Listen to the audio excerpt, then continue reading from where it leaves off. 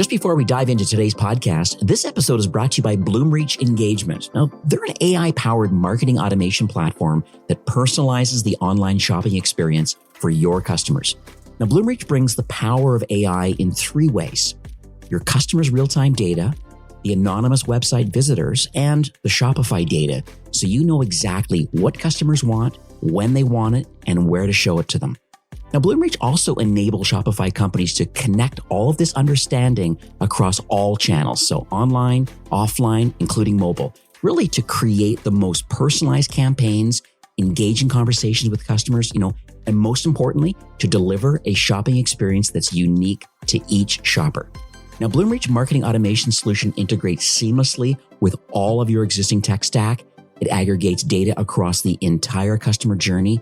And as I mentioned, it really empowers you as the founder or as the marketer really to act on all of these insights from a single platform. Now, the company has over 30 AI patents and serves over 850 global brands. So you can learn more, ecommercefastlane.com/Bloomreach, or you can go direct, bloomreach.com, and get started today.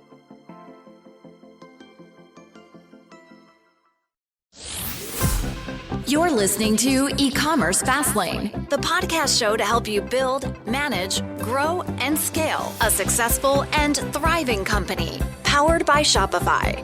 Listen to real conversations with partners and subject matter experts as they share proven practical strategies, platforms, and the best Shopify apps to help you accelerate your business. The time is now for you to improve efficiencies, grow revenue, profit, and lifetime customer loyalty. Please welcome your host, startup founder, and strategic advisor, Steve Hutt. Welcome back to E-commerce Fastlane. My name is Steve Hutt. I'm your host today. And, thanks so much for tuning in. With so many podcasts out there to choose from, I truly appreciate the fact that you're choosing to listen to today's episode. You're going to gain a lot of knowledge about your Shopify brand and a lot of leaking revenue opportunities and kind of technical challenges that can go along with your website. As amazing as Shopify is, you're going to learn today that maybe there are some revenue losses from a technical challenge, and we're going to talk a little bit about that. It could be themes, it could be apps, it could be checkout flow, it could be loyalty. There are a lot of things going on, and so please stand by. You're going to learn a lot about an incredible solution that's helping a lot of brands right now. But don't forget, these episodes, they're going to be available now on all of your favorite podcast apps. We're obviously on Apple and Spotify and Google, YouTube, but we're also now streaming live on Amazon Music. So if you consume any of your content on Amazon or a Prime member, you might want to go check out Amazon Music for E-commerce Fastlane. Now, to get a deep dive in today's resources, head over to E-commerce Fastlane. I'll have everything there. I'll have extended insights. I'm going to have all the links and all the resources that we mentioned today. So on today's episode, I'm thrilled, actually, quite honest with you, because it's I think that gets revenue. I'm really happy to have him on the show. It's Dan Wardle. He is with us. He's the VP of Sales from a company called Noibu. And what they do is they really focus on making, as I mentioned, they help e-commerce platforms, including Shopify, to work a lot better for everyone. And so they help identify a lot of the technical issues and some of the challenges that may disrupt sales or just at the end of the day, just really help online stores just to run a lot smoother. Now, Dan leads a team really that works very closely with e-commerce businesses and really helps them understand these bugs or errors. It could be apps, all these things where they work together really to help find these revenue generating issues that may be happening, and they help fix them. And it's an ongoing kind of process. So they can do a full scan, which we'll talk about that in a little while, but it's an ongoing process really to help find and resolve some of these technical challenges. So it's really exciting. I know it sounds technical, but it's something that with their tag added, it's just going to find some issues with your website, and everybody wants more revenue. So hi, Dan. Welcome to E-commerce Fastlane. Thanks so much for having me, Steve. It's great to be here. So I babbled a bit here at the beginning, but I'm excited. As technical as this is, I'm more of a marketing guy, to be quite honest with you. But when I heard about this solution, I'm like, hey, wait a second, there are potentially a lot of technical issues that are happening with a website. And a lot of people don't realize these challenges until a customer sends them a message and saying, hey, I can't check out, or I'm getting a 404 error, or this is broken. It seems, even from my perspective when I was inside Shopify, that seems to be the way bug squashing would happen, or, oh wow, I had no idea that was even happening on my website. And it's all because of customers telling them. And I don't think that's the greatest customer experience, where you have technology that almost pretends to be a customer and actually can see all of these holes. So can you talk a little bit about this Noibu service a bit? I just want to hear high level first, and then some of the high level problems that I know you're solving today. For sure, yeah. So what the Noibu product does is we are a tag on your site that's monitoring all of your traffic. And we break down your funnel into, your general web page traffic, your add to cart traffic, and then your checkout process traffic. And we're constantly monitoring, what percentage of people that land on your page normally add things to cart, what percentage then add to cart and get to checkout, and then what percentage checkout then complete their purchase. And then we're monitoring for any errors that occur. And we all know you could open up the console and every website has hundreds of little error codes popping up there in the console, but most of them are benign. So our average customer might have 80,000 errors appearing on their site at any given time, but there's probably only 20 or 30 that are actually impacting people's process through those funnels. And that's what we're really monitoring. We're doing almost like an A/B split test. So if this 100 people didn't see that error and they convert at 20%, but these 100 saw the error and they only convert at 10%, that means you just lost 10 of your transactions. And so then we're monitoring for that and assigning that revenue to certain bugs, so that then we can surface that and say, hey, this is the error you should focus on. So add the tag, and then so it's scanning. So basically, you just mentioned that it's scanning in real time and kind of organizing things and coming up with some ideas. So is there, have we talked about like the alert system of kind of like, other than the initial scan, are there any alerts and things that come up and saying, oh my God, we're just finding this problem right now? Yeah, so a couple of things. We're monitoring all those funnels of like what percentage of people end up getting through the different conversion points. And then we're comparing that to when they see the error. If it's a lower conversion point, then that error must be causing them to not convert. It must be visible to the customer as opposed to just in the console. Right. And that's when we're then prioritizing all the issues. So out of the 80,000 issues, here's the 50 that you should really look at because they're impacting revenue conversion. I see. Okay. All right. And that's basically what you said. I'd like to talk about some of the high level problems you're solving. Yeah, exactly. So thank you very much for that. So now I have a clear idea about the tag and kind of how it's scanning in real time, and, some alerts and some challenges in the whole sales funnel. So I find that very interesting. What I am really interested in too is like the founding story. Can you talk about the journey of like the inspiration behind this technology? A lot of times, and I could be wrong here, but a lot of times it's a technology company develops something for their own purposes, and then they find that there's a wider value to others than just a wholly owned internal technology. So I'd love to understand the founding story, and I guess what uniquely positions like these leaders to build this software, I guess. Mm-hmm. Yeah, it's always interesting to hear the different way that folks come up with these ideas. I'm not the idea man. I'm the one who then activates it once they figure that out. And so at Noibu, there was two gentlemen. They were both in kind of the finance teams at large banks, and they realized there's just so much more opportunity. They were in Ottawa. They saw everything happening at Shopify, and they decided, let's try to create like a virtual shopping app or some kind of conglomerate site where there can be multiple listings, and started to build that. And they found a third founder on the technical side to start building it with them.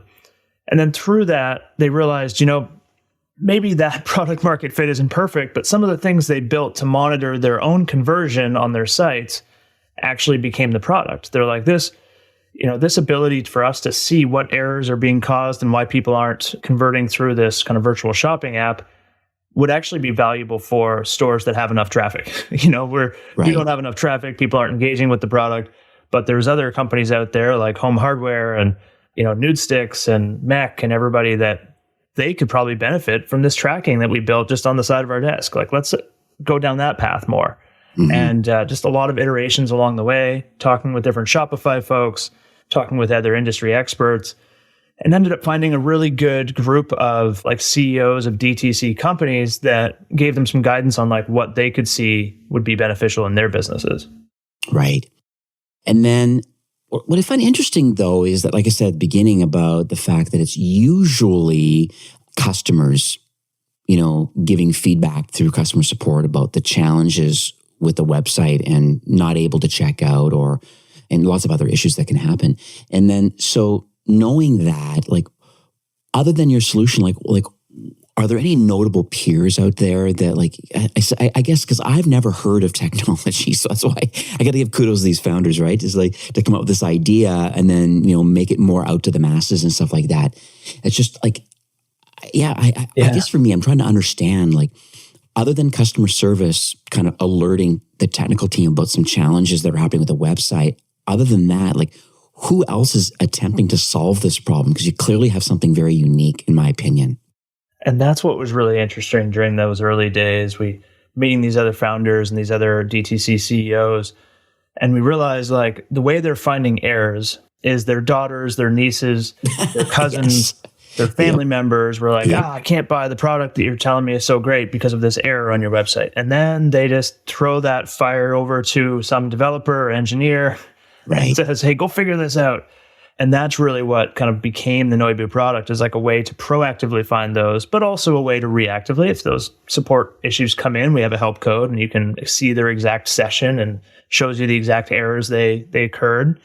Right. And that's where, to your point about who else is out in the ecosystem, there's a lot of, front end marketing based products. You mentioned you're kind of more on the marketing side, like there's the Full Stories, Content Squares, Heap, all of those folks that are really helping marketers design the website to be the best path of least resistance. Right. And then you've got all the backend monitoring, the New Relic, Datadog that's making sure your servers aren't going down. But they're really measuring the number of instances, not the impact on revenue. And that's really where we kind of bridge the gap between those two platforms, so that if you understand which errors are prioritized, maybe you then have to go into New Relic to really see what the error is on the server side. But we're showing you exactly where to find that in New Relic. Or on the front end side, if you want to watch some of those session replays and understand why a customer is experiencing that issue, that's all in there. But we're not designed for marketers to do design work. That's still Content Square. Right. We're sitting right in between those two places. I see. Yeah, because over the years, I've definitely have recommended Full Story or Hotjar or Lucky Orange is another one. But they really are more session tracking, recordings, things like that. And it's very true. They are meant for marketers to understand why people potentially are dropping off and be able to watch these recordings. But this is not necessarily what you're doing, and I find that quite interesting. For sure, it's a bit of a side benefit. What I find is a lot of the time we'll get a lot of interest from the marketing team because they want to make sure that the amount of money they're spending on ads is not falling into a leaky bucket. But they don't necessarily tell the engineers what to do. And so that's where, we play much more on the engineer and e-com side, where, we're showing them, like, right now you get this fire drill from your CEO and somebody can't check out. Well, now you can proactively fix that. But also, if they do send you a fire drill, you can see the exact session, you can see all the error coding, you can do a stack trace, we even give you suggested fix of, like, here's some code that you could use to fix it. And it's all explained in, plain language now, thanks to AI. Yeah, this is lovely.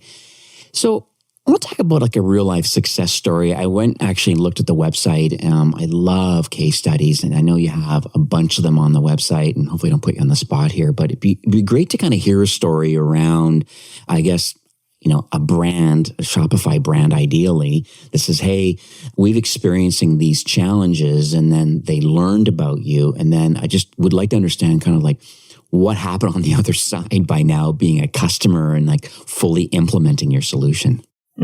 Yeah. The first one that comes to mind in one of our best case studies from Shopify customer is Nude Sticks. Okay. So they had moved to Shopify, but then, 6 months in, they were like, our conversion rate of, like, page traffic to purchase just doesn't quite seem as high as it was before. But, everything's managed through Shopify. Everything seems to be working. New Relic was saying everything was fine.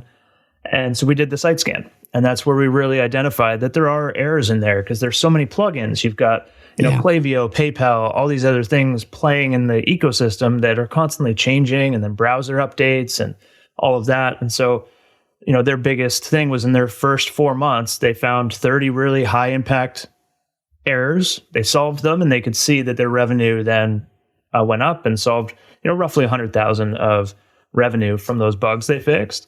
And they're not a huge company, so that's, like, very meaningful for them. And they were very excited, obviously, with such a fast speed to that ROI. Yeah. Was there anything specific that cropped up? Because I think that, this podcast is more focused on Shopify powered brands, and other than potentially the duct tape that's going on with multiple apps, and maybe that, and then not talking to each other is causing a little bit of the blocker from a marketing side. But like, technically broken a marketing funnel is such an interesting challenge that I believe it's happening. But if for some reason Shopify brands don't believe that's actually happening, or that it's a Shopify challenge just because of the nature of their product. So like, what do you say about that? And is there anything specific that you've noticed? Like, I know it's probably tons of errors and things that can happen, but are any ones crop up more regularly so that people listening today and saying, oh, wow, that very well could be me? It's so interesting how wide of a variety we see. So the reason we do a 2-week scan of everyone's site is to really show them the detail of what errors are happening and what it's causing, and then allow them to try to fix those errors kind of thing, so that it proves to them these errors actually are real. We're not just making it up on your website. But it happens in all areas. There was one call I had this morning that their main issue is the drop off when people are adding to cart. So not their checkout actually seems okay. There wasn't a lot of bugs in their checkout where there is a lot of plugins. Their issue was on the add to cart. Something just wasn't working, where there's about 10 different error codes that are causing some pretty high impact, where those users are not able to add to cart effectively. They're getting errors like product not found, color not found, or it just goes back to their homepage when they click add to cart. And so then we gave them those stack trace and some error codes for them to go back and fix, and we'll talk to them next week to see how it works. Whereas other companies, their checkout's a big mess. And when you go to pay, stuff is not going right and their plugins aren't working. And so it is a pretty wide range in the Shopify ecosystem, depending on how it's built. And obviously it gets even more complex if they're headless and using hydrogen and things like that, which just introduces a ton more areas for those issues to crop up. So yeah, it is a really wide range, which is why we do this scan for every one of our opportunities, because what we don't want is a customer that joins us without doing the scan. We do, then we implement and we realize the site's not bad. There's been a couple deals this month, and two of them were Shopify, where, they weren't huge traffic. They were using standard templates, and we ran the scan and said, you know what, it probably doesn't make sense for you to use Noibu right now. And, we can be happy to rerun the scan next year if you make any changes to the site. But there's just not, a lot of ongoing issues we're seeing on your site. Yeah. So at the end of the day, and there is a possibility for, you're right, basic theme, minimal apps, that things in all likelihood are working well, but there can be a lot of blockers as a brand in the mid-market to enterprise, because then, it's statistically significant now with more traffic, more cost for paid ads. It all of a sudden, it just elevates just everything. And so one small problem can have a catastrophic problem with a brand. And so it's very interesting that that's kind of where you're positioned. But I'm glad that you can do that 2-week trial or that 2-week scan. We'll talk about that at the end of the show today, because I think it's a cool way for those listening today. Hey, if you're wondering, and you're in the mid-market right now, and you're wondering if in fact you're maximizing your ROI, you're maximizing everything, and you want to find out if your funnel is actually broken in some way, or some kind of customer experience thing where people are not checking out, conversion rate is not as high as maybe there's so many variables here for the marketing side about how to improve things, but then all of a sudden there's some technical things that a lot of people don't think about. Exactly. Yeah. We had a great one yesterday, actually. A customer has recently moved to Shopify on 3 of their domains, and they've gotten the CSAT scores. They know there's problems. And so we were just working through kind of getting them on board and helping them work on that, because the marketing team, they just, relaunched some of their sites and actually recently became direct to consumer. Before they were more through a multi-level marketing project. And what they basically said to us is we're not going to spend on ads until we get our website fixed, because we know the bucket is very leaky, right, and we need to get those addressed over the next 3 months before we can start really spending on ads and growing our business. Right. So when you add this tag and you're doing these scans, and after 2 weeks, I guess there's a dashboard for DevOps or kind of technical team for a brand. So are they alerted in something? Like, I guess, is the admin for this particular like instance, are they alerted in 2 weeks and then ongoing, like what's the workflow look like when they log into the Noibu platform, knowing that this is the 2-week scan is now complete and maybe they're going to resolve those bugs and issues. And then if they continue on as a client, what are they seeing when they log into the admin? And I just want to understand what their workflow is. Mm-hmm. Yeah, great question. A big topic we have with customers because there's change management involved. You can't just buy us, use it for 2 weeks, and then shelfware it. Right. You're not going to renew. Right. So there's kind of two areas. Our best customers really figure out, okay, how is my workflow going to work? Let's say most of your engineering support is done through an agency, but then you also have some internal customer support for website chat and things like that. We work with you to kind of design what that workflow is. And the typical one is for customer support teams, customer facing teams that are getting these inbound requests. They'll have access to the tool that when somebody does come inbound, they can then go look up their session and understand what's going on and help them through their errors. So a bit more reactive. Okay. On the proactive side, we then have alerts and release monitoring built in where you can customize the alerts any way you want. It could be, I just want to kind of use it like a Datadog or a New Relic where it's going to flag if there's a high volume of instances in a day. So it's just going to flag me so I can go in and see if there's a server or an API out. But I could also set it where it's like just automatically flag any checkout errors on the payment side that have more than 20 users impacted, flag that straight to the agency for them to check out why PayPal's not working or why the shop app's not working. And so you can set up all those alerts so that you're not having to log in and look at Noibu. It's just telling you, like, hey, here's what you need to work on this week, and you can build it into your sprints. I see. If you do log into Noibu, it's a traditional dashboard like you'd get in a lot of dev products, where I think the biggest difference, though, is we're prioritizing based on the average revenue loss. And so if it's a bug that's having high impact on the checkout with lots of people not able to get through, then it's pushing those to the top and explaining kind of what the error is. You can then click in, view the sessions, understand what's going on, view the stack trace, and send that through Jira or any of your other project management tools to get that addressed, whether it's internally or through the agency.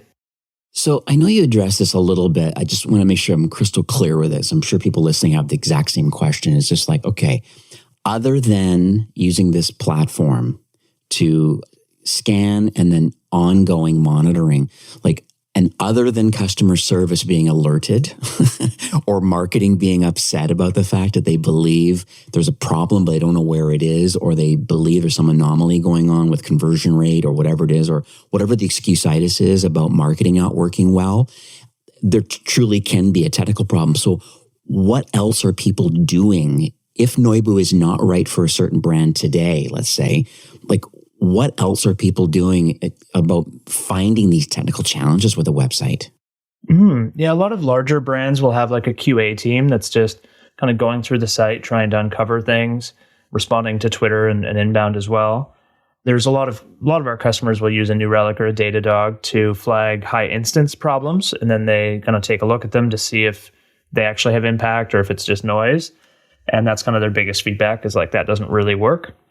And then there's some platforms that will kind of measure the really front end, like the design aspects of the errors. So things that might be popping up in the console, as an example, like a content square or a full story, or at least it's giving them some insight. And that's where this 2-week trial that we do is very interesting. When the call I had this morning, as an example, where we were reviewing their top 10 errors, the engineer just was huffing the whole time. He's like, oh no, I'm going to have to fix all these now. And I didn't know they were there. Like, New Relic wasn't showing me. And I can't remember, they use, I believe, Hotjar on the front. Like, there's no way you'd be able to watch enough videos. They have 1 million views a month. They're not going to be able to do that many session reviews, right? To find those errors. The extreme large companies will also contract like a QA bot company that'll just be throwing a lot of synthetic users through your site to try to uncover blockages. I've only had a handful of our customers do that, though. It's very expensive and tends to be a bit strange on your SEO, because you're really pumping a lot of volume on your site that's not real traffic. Right. All right. Well, that's clear now. Okay. Now I just want to kind of understand that, because I think we have all different types of listeners like on this show. There's a lot of people kind of in the early stages of their brand, on Shopify core plan, trying to get product market fit. And, in most cases, that would be an easier to use Content Square or Hotjar, Lucky Orange, Full Story, use something like that on a limited basis, just to make sure that they're, or at least try to mitigate why it is your conversion rate is what it is, or if there is in fact a leaky bucket. That's probably step number one. But then moving forward, people, once you're on Shopify Plus and you're kind of in the mid-market, I hadn't really talked about your sweet spot, but maybe what would you call from a session or a kind of a GMV, like where do you sit well where there's enough data to be significantly, like statistically significant? Mm-hmm. Yeah, it's a great question. So what we typically look at is, roughly if you've got 200,000 sessions a month, it's going to definitely add value to you, and obviously anything above that. So that GMV could range. Obviously, there's some companies with really low margins or some with really high AOV. So that could be, a $10 million company, but it could be a $40 million company, depending on what you're selling. Right.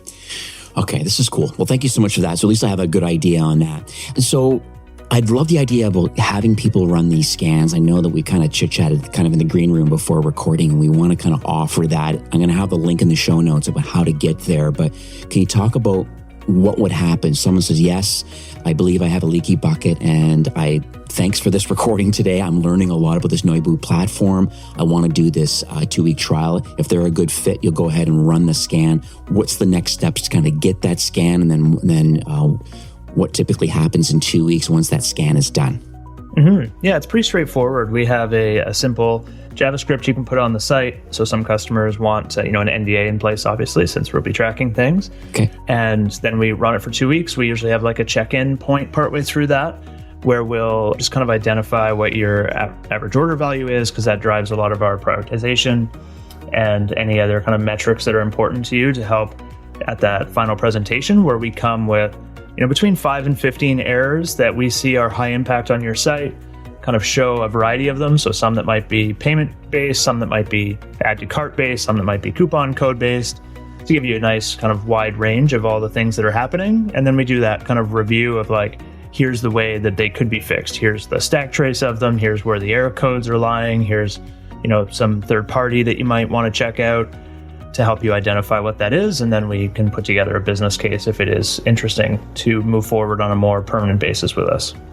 Perfect. So I'll make sure I have this in the show notes. Then there is a link on the website, but what I'll do is ecommercefastlane.com/Noibu was Noibu. That's going to redirect to the landing page of how to get that free checkout audit. And I actually just filled one out a moment ago. It's in great form here, and I filled it out for a brand that I know well. A good friend is kind of director of e-commerce for this and multiple brands under their umbrella, and they're in your sweet spot on Plus and upwards of 10 million in revenue. And so they're a perfect example, I think. And so I'm looking forward to hopefully having this audit done. Hopefully you'll just email me back, I guess, because I put my contact information there. I'll communicate with their team to get this code on there and see about an NDA, and then we'll go down that path. I think that'd be a great live case study to actually add to the show notes, saying, hey, well, what happened with Troll Clothing, and what did you find, and how did they fix it? And so I think it's really cool. So I just want to thank you for that. Thank you for offering this free trial and this free audit, because I think people just don't know what they don't know. And knowing that you can, see what these errors and bugs are, it's so different than kind of my typical marketing play of like how we can, maximize LTV and improve the CAC and all these things that we always want to do, but we never really think too much, at least the marketing people I talk to, we don't think about these technical challenges. And so that's where you fit in. Love it. Yeah, that'll be a great follow-up for the audience to just kind of see a real version of what happens. Yeah, this is lovely. Well, thanks, Dan, so much for coming on the show today. Thanks for sharing all this. I know we bounced calendars a bit to make this all work today, but this is going to be really impactful. I think I've learned a ton. I got a couple pages of notes here, and so it's a good episode when I have lots of notes. So once again, thanks for coming on the show. Thank you so much, Steve. All right, take care. Well, that's it for today's episode. I'd like to thank you personally for being a loyal listener of E-commerce Fastlane. It's my hope that this podcast is offering you a ton of value through growth strategies, tactics, and exclusive insider tips on the best Shopify apps and marketing platforms, all with my personal goal to help you build, manage, grow, and scale a successful and thriving company powered by Shopify. Thanks for investing some time today and listening to the show. I'm so proud and excited that you have a growth mindset and are a constant learner. I truly appreciate you and your entrepreneurial journey. Enjoy the rest of the week and keep thriving with Shopify.